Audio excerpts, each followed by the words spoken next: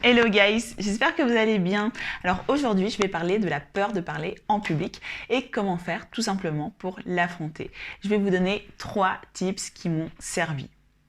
Alors la première chose, c'est que très souvent, on a peur, tout simplement parce qu'on n'a pas confiance en soi.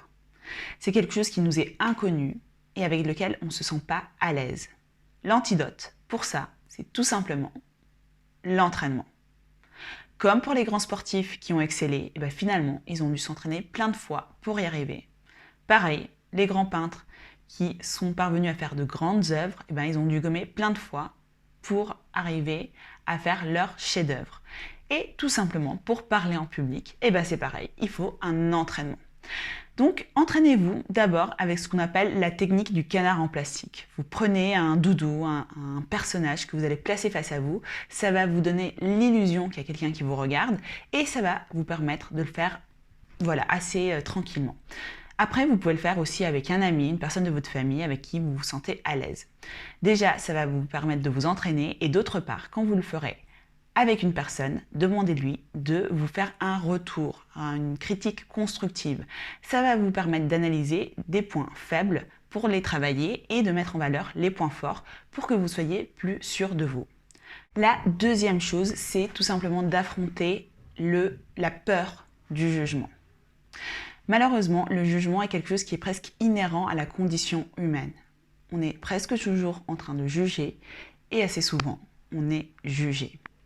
Donc, ce qu'il faut se dire par rapport à ça, c'est que le plus important, c'est pas que les personnes aiment ou n'aiment pas, que les personnes vous jugent ou vous jugent pas. Il faut se dire que votre valeur, ce que vous allez dire, ce que vous allez apporter, c'est pas qualifiable par d'autres personnes. Votre valeur ne dépend pas de la vie des autres. C'est comme vous dire, est-ce que vous aimez la glace à la vanille ou au chocolat ? Il y a des personnes qui aiment la vanille, il y a des personnes qui aiment la glace au chocolat. Ça ne veut pas dire que l'une est meilleure que l'autre. C'est juste qu'il y a des personnes qui ont la capacité d'apprécier l'une et il y a des personnes qui sont plus sensibles au goût de l'autre, tout simplement. La glace est neutre. Pareil, vous êtes neutre. Il y a des personnes qui vont apprécier, il y a des personnes qui ne vont pas apprécier, tout simplement. Ce qu'il faut savoir, c'est que c'est plus difficile pour le cerveau de gérer une possibilité qu'un fait. Donc finalement, c'est plus facile de se dire ok, je vais être jugé, ou il y a des gens qui vont pas aimer, au lieu de se dire, est-ce que peut-être je vais être jugé, est-ce que peut-être il y a des gens qui vont pas aimer. Finalement, le doute, si les gens vont aimer ou pas, ça va vous créer un inconfort, alors que finalement, la certitude, ça va vous permettre déjà de vous préparer et en plus de l'affronter. Ça va vous permettre de faire les choses avec plus de courage, avec plus de force. Pas dans le doute, vous irez vers l'action, vers l'affrontement. Finalement, il y a également 2 exercices que vous pouvez faire physiquement. Le premier, vous pouvez le faire juste avant la prise de parole et c'est tout simplement ce qu'on appelle la cohérence cardiaque. De quoi il s'agit? Tout simplement, c'est d'inspirer, puis d'expirer pendant le même nombre de secondes. Vous pouvez commencer par 5, inspiration de 5 secondes, puis expiration de 5 secondes. Après, si vous avez la capacité de le faire pendant plus longtemps, vous pouvez le faire également. La respiration a un impact sur le rythme cardiaque et le rythme cardiaque a un impact sur notre système nerveux. Plus notre respiration est lente et plus notre système nerveux s'apaise. Donc finalement, pratiquer la cohérence cardiaque va vous permettre de vous apaiser, de vous sentir plus serein juste avant d'intervenir. C'est quelque chose qui est facile, c'est quelque chose qui est gratuit. Et très souvent, on a tendance à sous-estimer ces choses-là. Mais finalement, c'est un acte que vous faites physiquement qui va avoir un impact important sur votre mental. Donc, ne le sous-estimez pas et faites cet exercice. Et dernier exercice à faire physiquement, c'est soigner votre posture.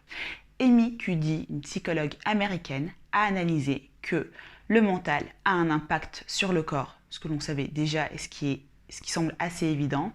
Si vous n'êtes pas sûr de vous, finalement, vous avez tendance à parler comme ça, à pas regarder dans les yeux, à être un peu avachi, alors que finalement, si vous avez confiance en vous, vous allez regarder les gens, vous allez vous tenir droit, les épaules vers l'arrière, et finalement, vous allez d'une part projeter cela sur les autres, et d'autre part, quand vous réalisez ce geste-là, quand vous avez cette posture-là physiquement, ça a un impact sur votre mental également. Et ça commence à vous donner ce sentiment d'être plus confiant.